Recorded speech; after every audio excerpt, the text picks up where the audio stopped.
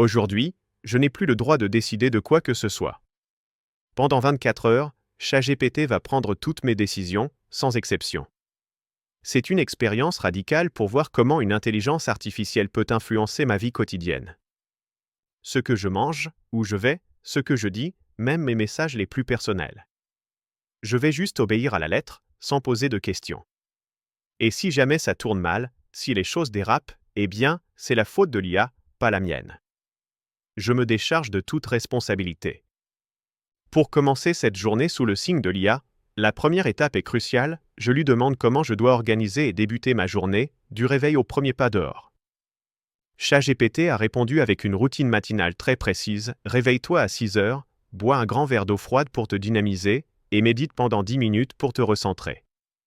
Ensuite, sors marcher, mais surtout, sans ton téléphone. C'est un programme assez strict pour un début de journée.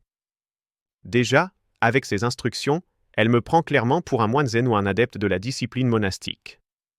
Mais bon, ok, je me suis réveillé à 6 heures pile, ce qui, je dois l'avouer, fut un véritable défi personnel, surtout pour quelqu'un qui n'est pas du matin.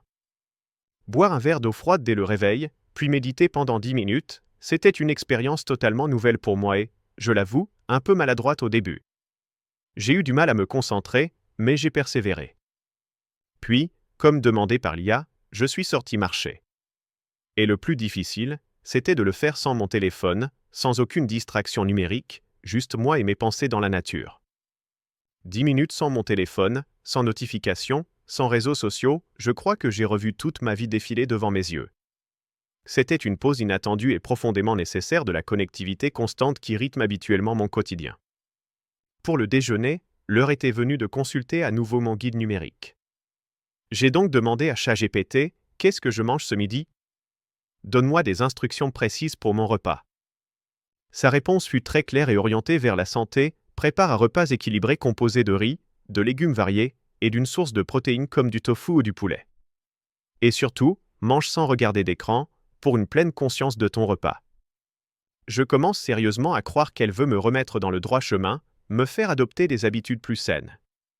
Peut-être que je devrais la laisser gérer ma vie tout le temps, pour une amélioration constante, ou peut-être pas, l'idée est un peu effrayante.